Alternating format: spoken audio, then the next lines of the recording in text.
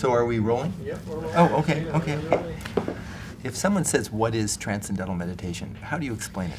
Transcendental meditation, to me, is it's like a great workout for your mind without working out, but you get all the effects of working out.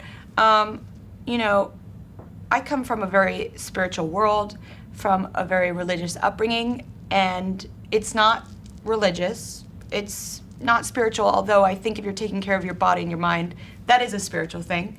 But it doesn't have that kind of religious background. To me, it's mostly medical. Mm-hmm. And it's like a little pill, but not a pill. Mm-hmm. It's a practice. So it's a little practice that you do. And to me, it's the most rest. It's like the most power nap you could ever get. Yeah. And that experience of that quiet, that is, they call it a state of restful alertness, according to science, where your mind is completely settled, but you're wide awake. Yeah. And it's sort of before thoughts. Someone said to me, well, how do you know when your 20 minutes are up? I said, well, you can look at your watch. Sure. It's not like you're going someplace, but that peaceful state that you access just happens quite effortlessly, and that's a wonderful description. Yeah. Now, why one more question. How do you think it's impacted your remarkable career? My life is so crazy. It really is. It's extreme. I live in this 1 percentile, like, extreme, I'm zigzagging all over the world. I'm on a plane more than I am on ground. And this tool helps me find moments of peace because I don't have a whole lot of time that extend my day so I can live like my fullest capacity. Like, it gives me 2 days in 1 day. It just gives me this power, And I do it before I write a song sometimes, definitely before I get on stage. And it's just such an incredible, useful, simple tool that has made such an impact on me, and that's why I'm sitting here with you today. You're very calm on tour, at least with me, because you invited our whole team to come and teach your team to meditate. And I ran into you just outside. You were coming out of a room, and we're just sort of chatting. And you looked at me, you said, "Bob, there's 16,000 people waiting for me right around the corner." If you just did that, you were polite with me, and you just walked out on the stage. But there was such an evenness. I'm a multitasker. Yeah, but you have a great deal of kindness inside of you. Thank you. You're a very kind person. Thank you.